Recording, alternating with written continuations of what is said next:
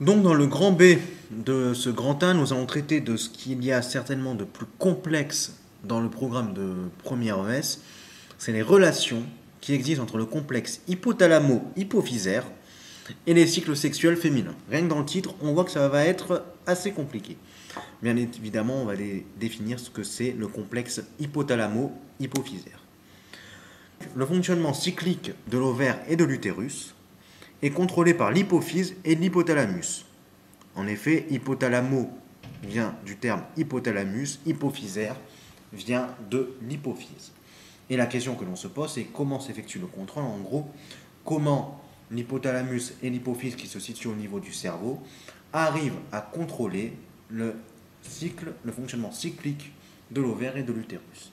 On va voir que non seulement ils ont une action sur les ovaires et l'utérus, mais on verra également que l'ovaire, qui émet des hormones, agit aussi sur ce complexe appelé le complexe hypothalamo-hypophysaire.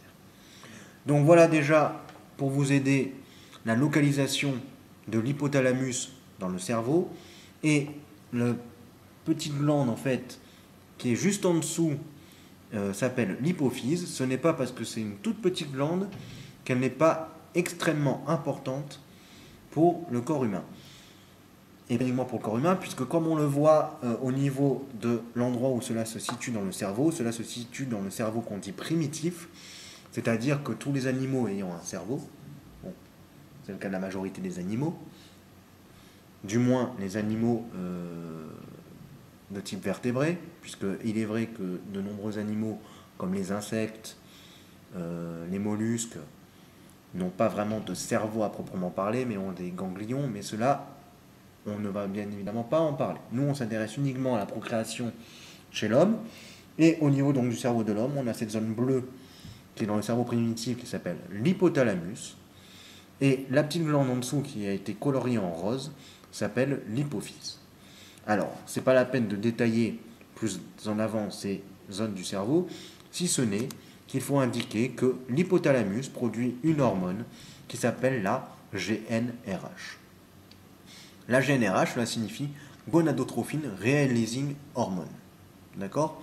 Bon, en gros, c'est une hormone qui va stimuler l'hypophyse, c'est pour ça que j'ai mis un petit plus, ça va stimuler l'hypophyse pour lui faire sécréter deux autres hormones, la FSH, qui s'appelle l'hormone folliculostimulante, folliculating stimulating hormone, et la LH, lutéinisante hormone.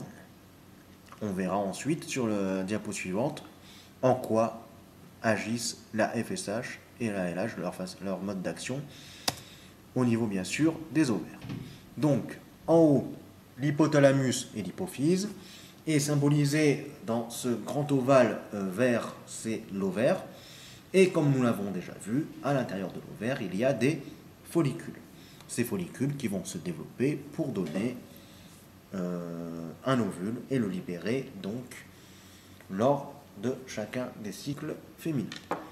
Donc l'hypothalamus synthétise la GnRH. La GnRH va stimuler l'hypophyse pour fabriquer la FSH et la LH. On va d'abord s'intéresser à la FSH, qui va être la première hormone qui va agir sur l'ovaire. Donc la FSH va stimuler les follicules pour qu'ils se développent, et une fois développés, eh bien, ces follicules vont pouvoir synthétiser une hormone que l'on a déjà vue, une catégorie d'hormones que l'on a déjà vue, les œstrogènes. D'accord? Donc la FSH stimule l'ovaire, plus précisément les follicules de l'ovaire, pour leur faire synthétiser des œstrogènes. Ces œstrogènes sont d'abord synthétisés en quantité faible. D'accord? Cette synthèse d'œstrogènes, eh bien, les œstrogènes vont être libérés dans le sang, et forcément, le cerveau est irrigué par le sang, et donc il y a des œstrogènes qui arrivent au cerveau. Les œstrogènes qui arrivent au cerveau vont, entre autres, agir sur le complexe hypothalamo-hypophysaire, donc sur l'hypothalamus et l'hypophyse. De quelle façon? Eh bien, avec ce qu'on appelle un rétrocontrôle négatif. Et ils vont agir de façon négative sur l'hypothalamus et l'hypophyse. Ça veut dire quoi, agir négativement? C'est simplement leur dire stop, arrêtez de trop synthétiser d'hormones, synthétiser moins d'hormones GnRH et FSH. D'accord? Ça leur dit de synthétiser moins d'hormones.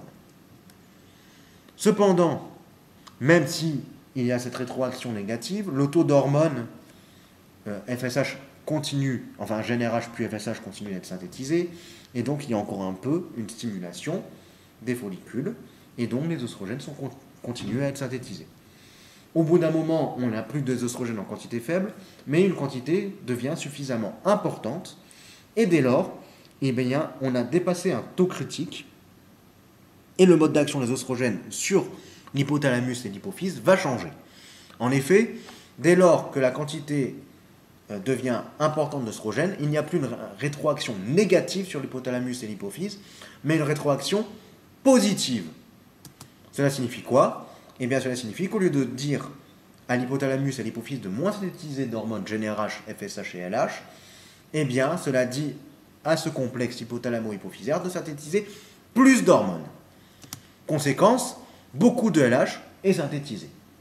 On dit que l'on a un pic de LH. Ce pic de LH va agir sur le follicule ovarien et va provoquer l'ovulation.